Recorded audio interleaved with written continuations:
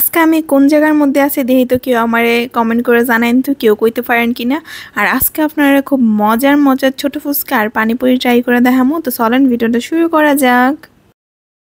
Hello ব্রাহ্মণবাড়িয়াবাসী, আসসালামু আলাইকুম। কেমন আছেন আপনারা সবাই? আমি তো আলহামদুলিল্লাহ অনেক ভালো আছি। আশা করি বুঝে লাইছেন আমি আজকে কই আছি। দেখেন গরমে কি একটা অবস্থা আমার। আমি যাই হোক গতে অনেকেই হয়তো বা আজকে একটুখানি আমার ইন্ট্রোটা দেখে বুঝে লাইছেন যে আমি কোন জায়গাতে আছি। আর যারা বুঝছেন না তারা লেগে এক বালতি সমবেদনা, কারণ আমি আজকে আছি ব্রাহ্মণবাড়িয়া সদরের ট্যাঙ্কের পাড়ের মধ্যে। এই জায়গাটার আবার অনেকে লোকনাথ দিঘির পাড়ও কইয়া থাকে। এই জায়গাটার চিনে না আমার মনে হয় যে এরকম মানুষ খুব কমই আছে। আর এই জায়গাটা আমার অনেক বেশি আবেগের সাথে জড়িত, কারণ আমি শুরু থাকতে এই জায়গাটার মধ্যে আমার অনেক অনেক স্মৃতি আছে। আর আমার জানা মতো এই জায়গাটাতে ছোট বড় সবারই অনেক ধরনের স্মৃতি আছে। আর ট্যাঙ্কের পাড় হইতেছে এমন একটা জায়গা যে জায়গাটার মধ্যে মানে অল্প বয়সী বলেন, মধ্যবয়সী বলেন অথবা বয়স্ক বলেন, সবারই যাওয়া আসা থাকে। আর এটা হইতেছে ট্যাঙ্কের পাড়ে মাঠটা, যেটার মধ্যে হয়তো বা অনেকের অনেক সুন্দর সুন্দর স্মৃতি থাকতে পারে।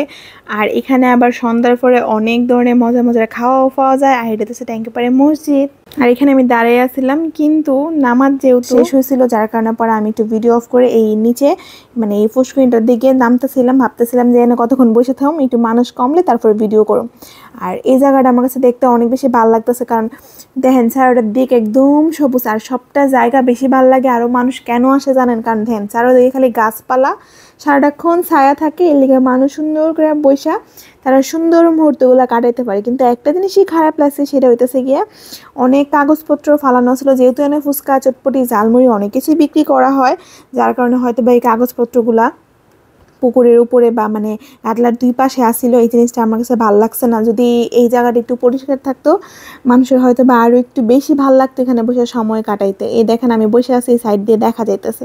তো যাই হোক, এখানে আমি অনেকক্ষণ বসে আসছিলাম, বসে বসে সময় কাটাইতেছিলাম। এখানে আমি দুষ্টামি করতেছিলাম, কারণ আমি এদিন কাচ্চি ভাইয়ের রিভিউ করে আইসা পরে এখানে বাদামের শরবত বসে বসে খাইছিলাম। তো আমার ভিডিওগুলো যদি আপনার কাছে ভালো লাগে থাকে অবশ্যই কিন্তু আমার পেজটা ফলো দিয়ে সাথে থাকবেন। ইদানিং আমার পেজের মধ্যে একটু প্রবলেম হইতেছে, আশা করি আপনারা সবাই আমার সাপোর্ট করবেন। যেহেতু আমি আপনাদের শহর ব্রাহ্মণবাড়িয়ার মাইয়া, তো আশা করি সবাই সাপোর্ট করবেন, পেজটায় ফলো দিবেন। অবশ্যই আমার ভিডিওগুলো ভালো লাগলে লাইক শেয়ার কমেন্ট করবেন। আর কি লিগে আমার পেজটাতে এরকম হইতেছে আমি জানি না, সবাই আমার লিগে দোয়া করবেন। আমি এত কষ্ট করে আপনার লিগে ভিডিও বানানোর চেষ্টা করি, বাট কেন এমন হইতেছে আমি জানি না। যাই হোক, এখানে কিন্তু অনেক ধরনের ফুচকা চটপটি আছে। এটা হইতেছে ছোটো ফুচকা, একটু আগে দেখাইছে। ওইটা হইতেছে পানিপুরি আছে। এনে আসলে আপনারা অনেক ধরনের হাউন পাওয়া যাবেন। তো এনে আমরা এখানে এখন বর্তমানে 20 টাকার মনে হয় ছোটো ফুচকা ট্রাই করতেছিলাম। এই ছোটো ফুচকাটা অনেক বেশি মজা। কার কার আমার মতো ছোটো ফুচকা অনেক বেশি পছন্দ হয় কিন্তু অবশ্যই কমেন্ট করে জানা দিবেন। মানে ছোটো ফুচকা বেশি পছন্দ নাকি বড় ফুচকা? আমার তো ছোটো ফুচকা অনেক বেশি পছন্দ। এন আমি একটুখানি একটা ট্রাই করছিলাম, আমি বেশি একটা খাইছিলাম না, আমার ক্যামেরাম্যান খাইছিল এন অ্যাকচুয়ালি এই ছোটো ফুচকা আর পানিপুরিটা। আর এন আমি আবার দেখলাম এটা মনে হয় কতদিন হয়েছে দিছে আমি জানি না, বাট এই মামার চটপটির বানানো দেখা ভাই আমি দাঁড়াই থাকতে পারতেছিলাম না, এত সুন্দর স্মেল করতেছিল। বাট যেহেতু আমি খাবার খাই আসছি এই জন্য আমি আর খাইতে পারি না। এই দিক দিয়ে আমার সাথে যে ছিল সে পানিপুরি খাইতেছিল। পানিপুরিগুলো মজা ছিল, 30 টাকায় 6 পিস ছিল। আপনারা চাইলে ট্রাই করতে পারেন। তো আজকের ভিডিওটা কেমন লাগছে অবশ্যই কিন্তু কমেন্ট করে জানাই দিয়েন। দেখা যাচ্ছে পরবর্তী কোনো এক ভিডিওতে। আল্লাহ হাফেজ।